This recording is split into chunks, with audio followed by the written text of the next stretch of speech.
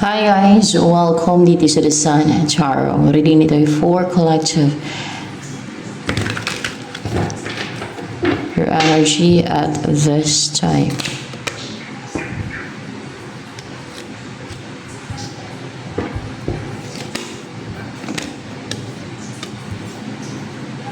King of Swords in reverse.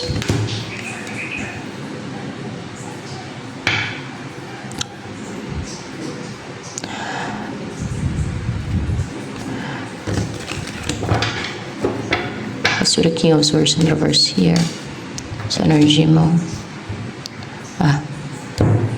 Hindi ka na ma-restrict pa. Ayan o, hindi ka na ma-restrict pa ng mga, o hindi ka na mablakan, hindi ka na mapigilan, hindi ka na yung malagyan ng bind and chain and hindi ka na makontrol, no? Hindi ka na makontrol ng ibang tao. Hindi ka na magawa ng deceit ng iba. And kung hindi ka na nagagawa ng deceit ng iba, yan, hindi ka na nakokontrol. Nagkaroon ka na ng complete freedom as well as recover ka na din sa sadness and sa kalungkutan. Sa kalungkutan nga, sadness. And sa yung pagiging, matamlayin. Yan. This is you, the Emperor. Your personality is strong now and stable and powerful, no?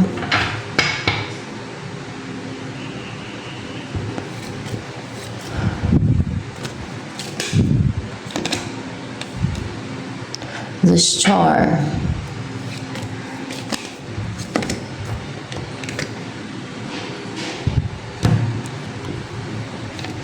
Hindi ka man ganun ka hopeful right now na may mangyayaring union, pero there is a union, or kung hindi ka man umaasa, no, na may mangyayaring union o reconciliation o may mag-reconcile sa'yo, merong reconciliation or union na magaganap.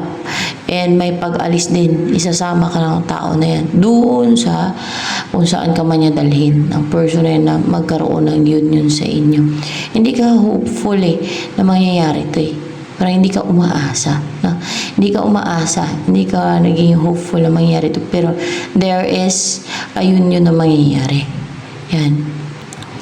At dalhin ka ng tao na yan doon sa lugar na maging peaceful na yung pamumuhay mo. You will live peacefully. And there's balance and harmony. Yan. Ano pa energy mo ngayon?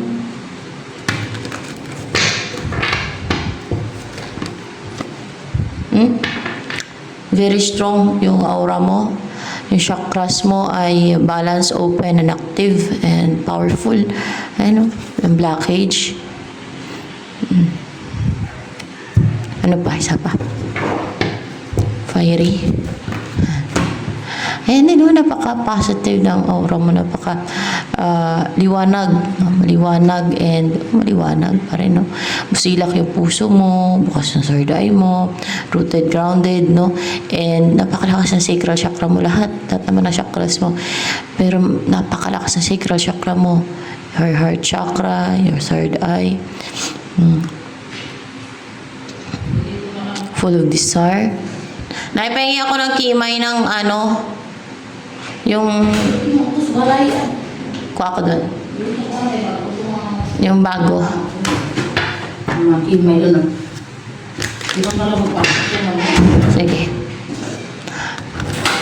Sino yung person na magkakaroon ng union sa inyong dalawa? Someone na hindi na tenga. Someone na tapos na yan mag-heal pagkaganyan. Hindi na siya tingga. Hindi na siya yung parang nag-aantay na okay lang siya kikilos, na walang ginagawa, na walang gagawing move, no, towards you. Hindi na siya tingga.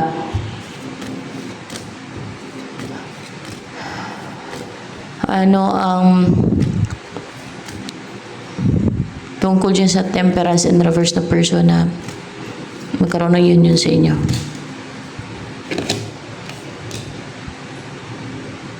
Queen of Wands is someone active, charismatic, positive na person, and goal-driven, energetic, attractive yan siya, brave, and passionate. A leader type, bold and daring.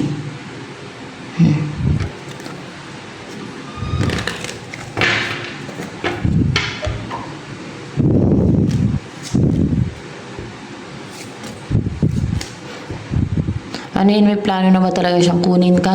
Kasi may pag-alis na magkasama yung dalawa. Wala pa naman siyang plano na kunin ka. May plano na siyang puntahan ka.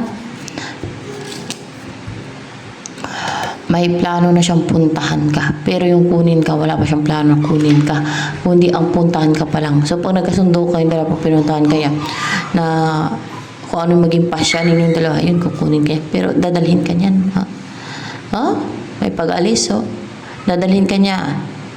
Hindi lang siya ang uuwi sa kanila o babalik sa kanila na mag-isa. Kasama ka. Ay, hindi ka na niyan iiwan na hindi kasama, no? Hindi siya babalik doon, no? Hindi ka niya kasama.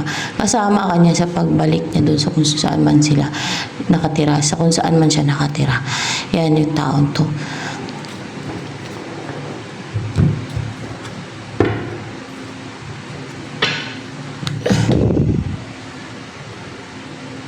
Ano maging buhay mo? Dahil dadaling ka niya doon sa lugar nila. Ng person na magkaroon ng yun sa inyo. Ano maging buhay mo doon sa lugar nila? Dog. Magkalaga ka ng aso. And Ten of Hearts. Parang Ten of Cups din to eh. Mamuhay kayo ng yung kontento kayo, masaya kayo together, you live peacefully and happy, no? Full of happiness, yan. And full of harmony, and fulfilled, satisfied, full of contentment, yan. Nagdadala din ng kasiyahan yan, yung mga hayop yung mga aso. Lalo pag tuta, ay, parang mga bata lang. Parang masangkula bata lang. Ang kakyat. Ang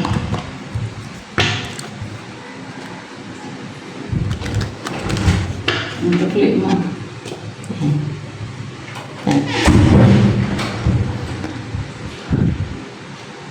Ano yung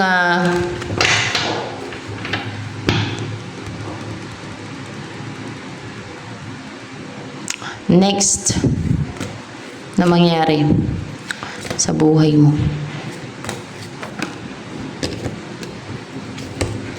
Ayan maging peaceful na balance, palagi mag-yoga. You'll spend time in nature often, or else ay palagi kang mamamasyal sa gubat, and then i-feel mo yung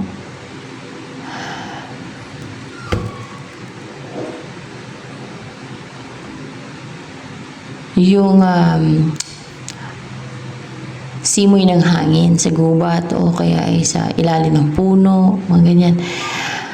You will be more connected sa nature, sa Mother Earth, and then magpapalakas ka ng chakra lalo, ng chakras at ng aura mo, mas lalo kang ma-rejuvenate, ma-heal, lalakas yung chakras mo, yung aura mo, yung energetic field mo,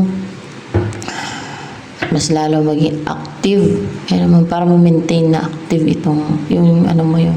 yung chakras mo, and malakas yung aura mo and yung energetic field mo. Yan.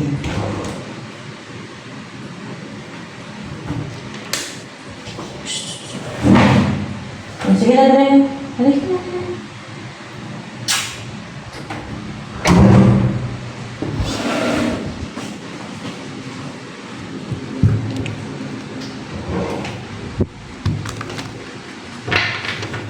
ano naman ang nagustuhan sa'yo ni Temperance in reverse na yan na magkakaroon ng union sa inyo?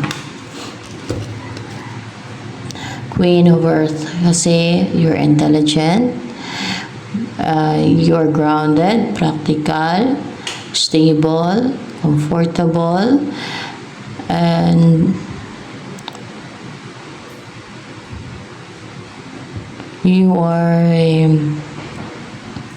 marunong ka sa business or entrepreneur, pwede din. Kung nagbi-business ka o may capability ka. Kung hindi ka man nagbi-business, may capability ka sa negosyo. Kasi Queen of Earth, parang Queen of Pentacles din yan. Marunong sa buhay. Tutol! Sa labas na, Tutol. Labas na, labas na. Shh.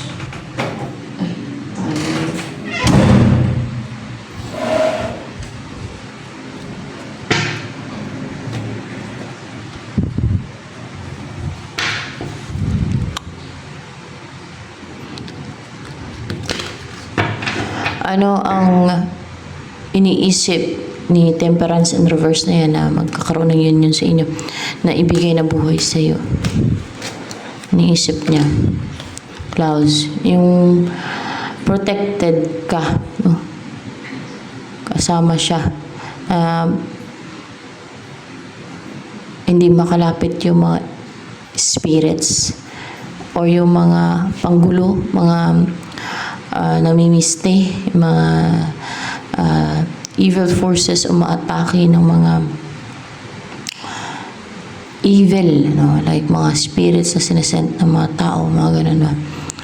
Ayan. Nasa ganun ay ma-maintain na balance and harmonious in inyong pagsasama. And masaya kayo. Enjoy yung buhay niyo. Walang masama na mag-ambisyon, na magandang buhay, na masayang buhay, na mangarap, na maghangad ng stable at secured at magandang buhay. Ang masama ay yung maging inggitira ka, maging bitter ka sa pangarap ng iba, sa ambisyon ng iba. Na kung ano yung para sa iba, yung pag-inggitan mo. For sure, impyerno, bagsak ng kaluluwa ng mga ganun tao. Kaya kung ano yung sa iba, umira ba yung greediness ba? Diba? Sinasabi sa Biblia, ang mga sakim o kahaman, mga greedy na tao, hindi magmamana ng kaharian ng Diyos. Ibig sabihin, hindi sila mabubuhay muli. Hindi sila masasave. Saan sila mapupunta? Sa impyerno. So, kung may mga ganon, no, na tao, ay habang maaga pa, baguhin na ang ugali. Dapat ay maging matuwid. Kasi hindi mairason na tao lang.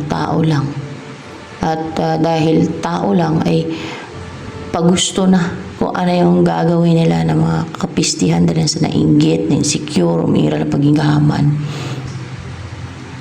Gusto angkinin yun sa iba.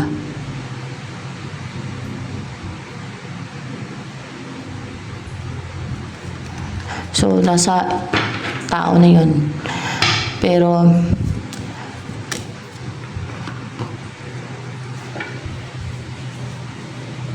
yan ay part ng advice, no? Advice or guidance sa mga tao na nanood. So, yan. Sa mga tao. Yan. This is a general reading, guys, ha. General reading ito. So, hindi ko nasabi kanina, collective lang sabi ko. General reading.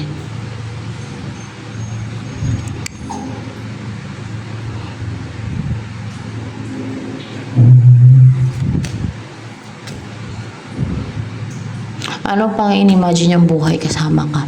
May Temperance in reverse na yan. Lilipat talaga kayo sa maluwag na lugar o malawak na lugar. Ayan o, yan ang in-imagine niya. Maglilipat kayo, lilipat kayo. Ayan o. Sa malawak na lugar, may bahay. At malawak to, walang mga ganong kapitbahay dyan. Walang kapitbahay dyan. Or malayo, siguro yung kapitbahay nyo.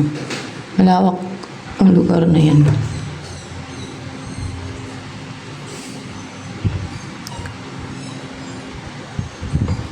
Paglilipat.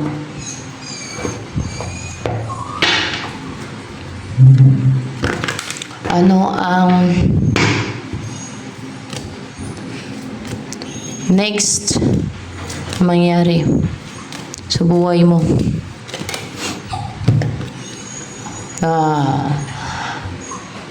May pagta-travel dito. Pagta-travel talaga. Lipat ka nga eh. Magta-travel ka nga eh. At hindi ka na maging defensive pa. Payaw-ayaw ka mag-travel, sumamas ka niyan. Hindi ka na maging defensive pa. Tuloy yan. Pagta-travel mo na yan. Kasi nga, di ba, isasama ka niya. Yan. O baka may puntahan ka very soon. Char.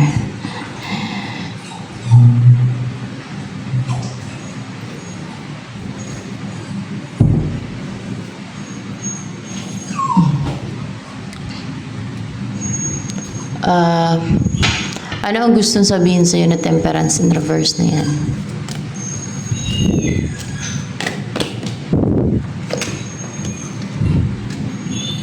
Queen of Cups in reverse.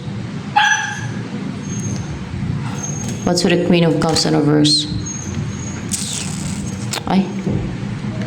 Baliktad ito tayo. Upright ba yan?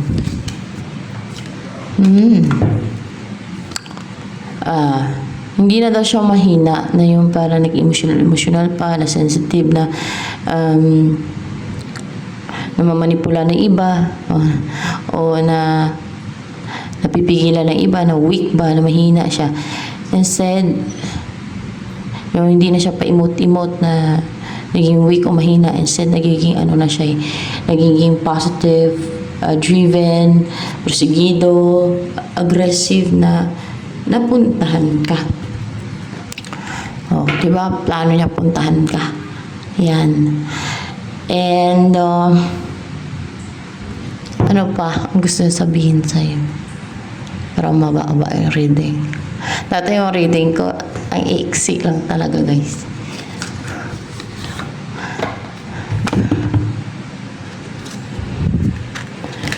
Para marami. Marami ang magawa.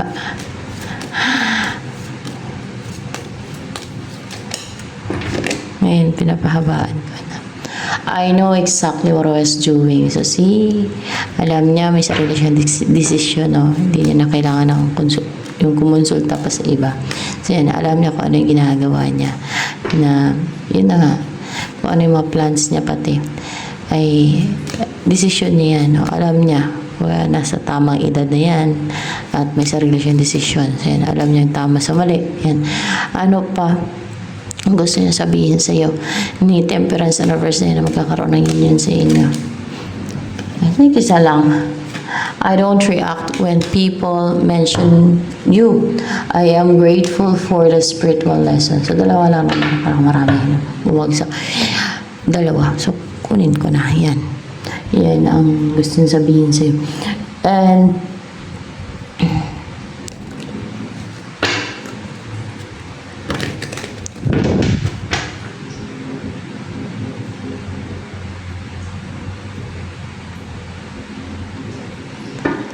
ano yung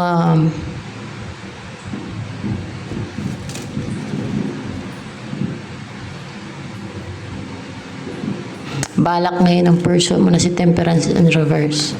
Balak na magkaroon ng union sa inyo. Ano ang balak niya ngayon?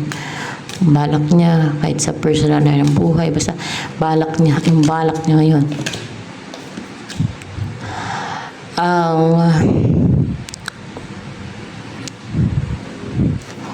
wag nang makipag-away, ang wag nang gumawa ng gulo,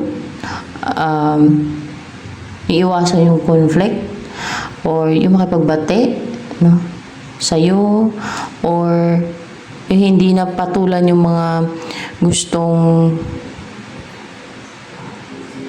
makipag-compete sa kanya, o yung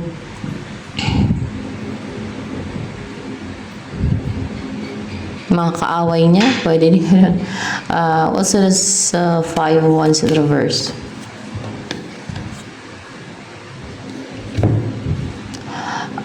Makipagbati sa iyo ng tuloy-tuloy to.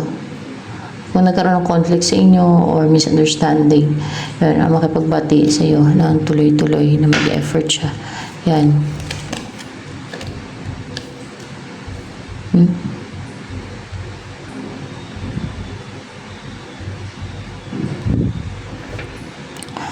And yung hindi siya hindi siya yung maging proud and ma-pride. Yan, na makipagbati sa'yo. Yan, hindi niya pa iralin yung pride at yung parang mataas siya, hindi niya pa iralin.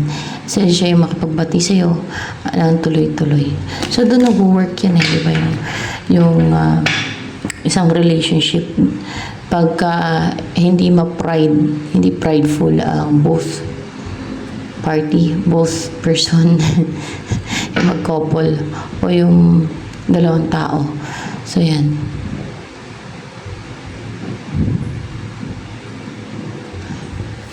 Ano ang next na mangyari sa buhay mo? Ayan, gamitin ko dito. Babain ko lang reading. Ano next na mangyari sa buhay mo?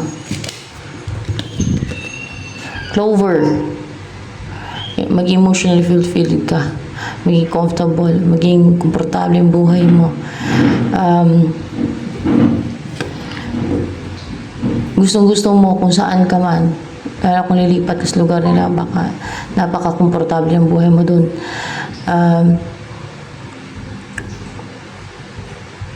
You feel at peace, no? In harmony with nature or harmonious environment mo, full of love and there's balance and emotional fulfilled talaga eh. And parang sarap ng buhay mo. Yan ang maging buhay mo. Kaya sarap ang buhay mo. So, ayan. Ito na lamang guys for collective reading.